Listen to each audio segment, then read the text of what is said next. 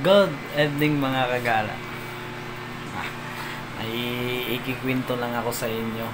Nangyari ko kanina mga kagala. Patsuloy! May nakuha akong booking mga kagala dito sa Bahay Toro to Kolyat.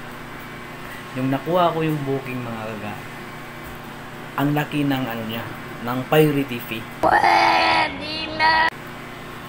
Ito yun. Yan. Sobrang laki. Siyempre nainganyo ka mga kagala. Kasi laki yun, ang lapit lang kung tutusin. Kaya na-swipe ko. Pag swipe ko, ganun nakukuha ko yung book.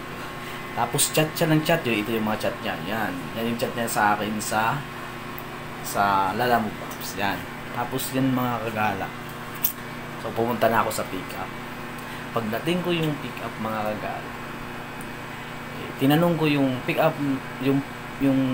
up na, "Sir, pwede ba tignan ko yung combo yung dalawa sa messenger?"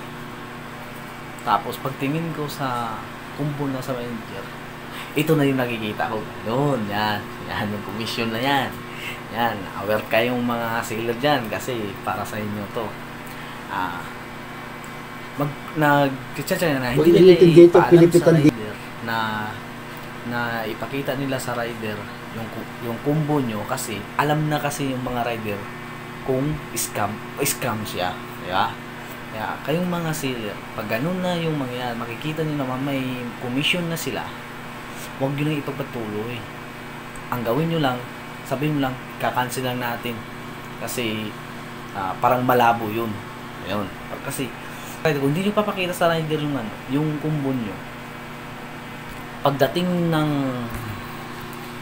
rider doon sa drop off location tapos nag-send na kayo ng commission sa kanila, hindi na natin Paano masabi? makontak yun.